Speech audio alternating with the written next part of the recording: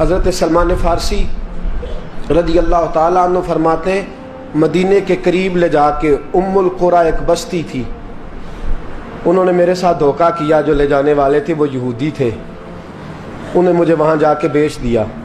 میں شہزادہ ناز و نام میں پلا، وہ مجھے مارتے، مجھ سے کام لیتے، کہتے میں وہاں کئی سال رہا اور کہتا یا اللہ میں مار کھانے کو تیار ہوں پر مدینہ تو آ جائے نا، حضور کا شہر تو نصیب ہو جائے نا۔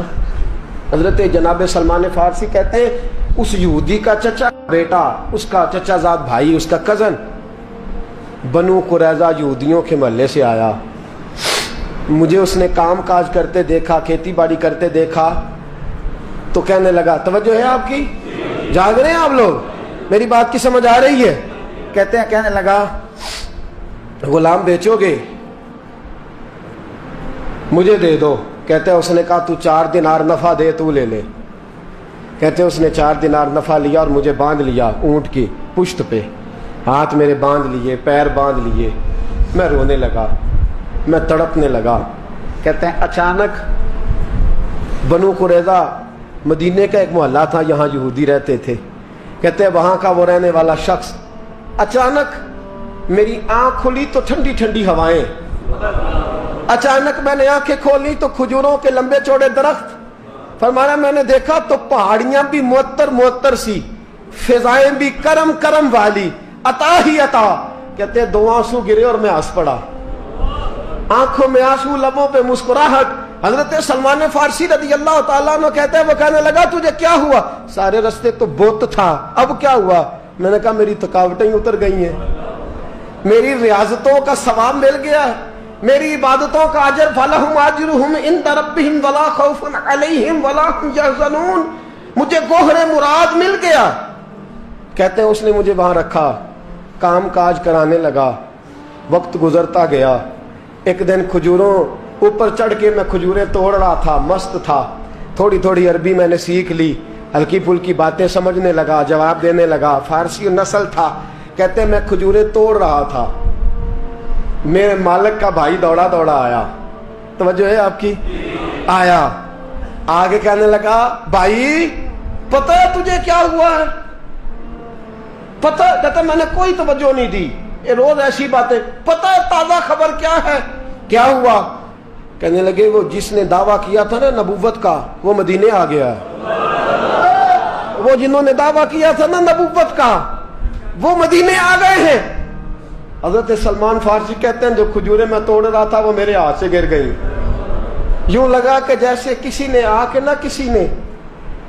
کسی نے آ کے کہا ہو کہ چل تجھے حضور نے بلایا ہے۔ فرماتے میرے ہاتھ کانپنے لگے۔ وہ کہنے لگا کدھر ہے وہ؟ کہنے لگا وہ وادی قباء ہے نا، آج بھی جا کے کوئی دیکھے قباء کا ماحول، آج بھی جا کے کوئی دیکھے قباء کا ماحول، طلع البدر علینا کی صدا آتی ہے، طلع البدر علینا کی صدا، کہ ہم ہیں بچیاں نجار کے، وہ ننھی بچیاں جو بیٹھ کر وہاں دف بجاتی تھی، رسول پاک کی جانب اشارے کر کے گاتی تھی کہ ہم ہیں بچیاں نجار کے عالی گھرانے کی، خوشی ہے آمنہ کے لال کے تشریف لانے کی۔